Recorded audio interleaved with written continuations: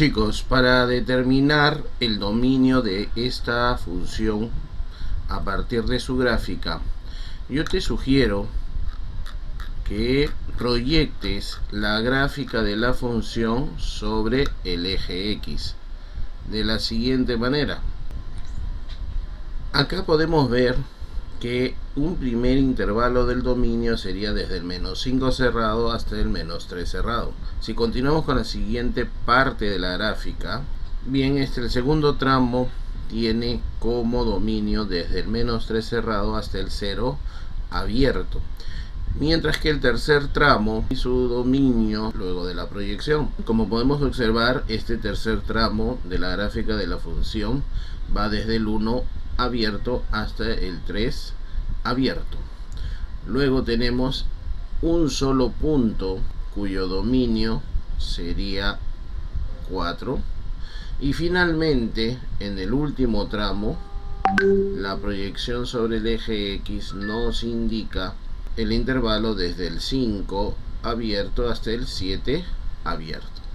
Finalmente, el dominio de esta función f serán todos los valores de x que pertenecen al intervalo desde el -5 cerrado hasta el 0 abierto, unido con el intervalo desde el 1 abierto hasta el 3 abierto, unido con el valor 4, y finalmente el intervalo abierto desde el 5 hasta el 7.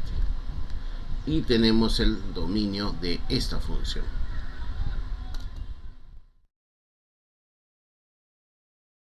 Y si lo que queremos determinar es el rango de la función, lo que tenemos que hacer es proyectar la gráfica de la función sobre el eje Y de la siguiente manera. Bien, chicos, al proyectar la gráfica que está en el lado izquierdo del eje Y sobre este eje, nos damos cuenta pues que el rango va desde el 0 cerrado hasta el 3 cerrado. Y si hacemos lo mismo con la porción de la gráfica que está en el lado derecho, obtendríamos lo siguiente. En este segundo tramo vemos que el intervalo del rango va desde el 2 abierto hasta el 4 abierto. Y si proyectamos este punto que está solitario, nos vamos a dar cuenta que el rango tomaría un solo valor, que sería el 5. Y finalmente el último tramo, si lo proyectamos sobre el eje Y, también va a proyectar un solo valor, que sería el 6. Chicos, finalmente podemos decir que el rango de esta función f serían los valores de y que pertenecen al intervalo desde el 0 cerrado hasta el 4 abierto, ¿no? Si te das cuenta, hay continuidad. Una primera parte está por el lado izquierdo y luego continúa pero por el lado derecho, y a este intervalo le vamos a unir dos valores independientes, que serían el valor 5 del punto solitario y el valor 6 de este segmento de recta, y de esa manera tendríamos el rango de esta función.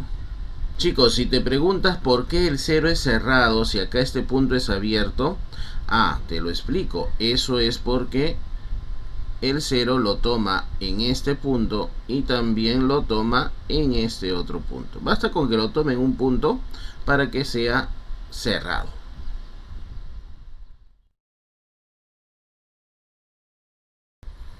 Bien, chicos, si queremos determinar las coordenadas de los puntos de intersección de la gráfica de esta función f con los ejes coordenados, entonces vamos a empezar ubicando los puntos de intersección con el eje X, y nos vamos a dar cuenta que hay dos puntos de intersección. ¿Cómo me doy cuenta?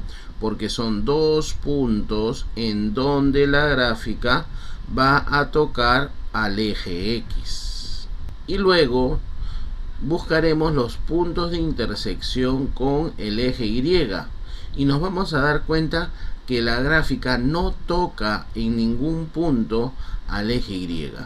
Hey, y si te estás preguntando, Ramfi, ¿por qué no estás tomando a este punto, el punto 0,0, el origen de coordenadas?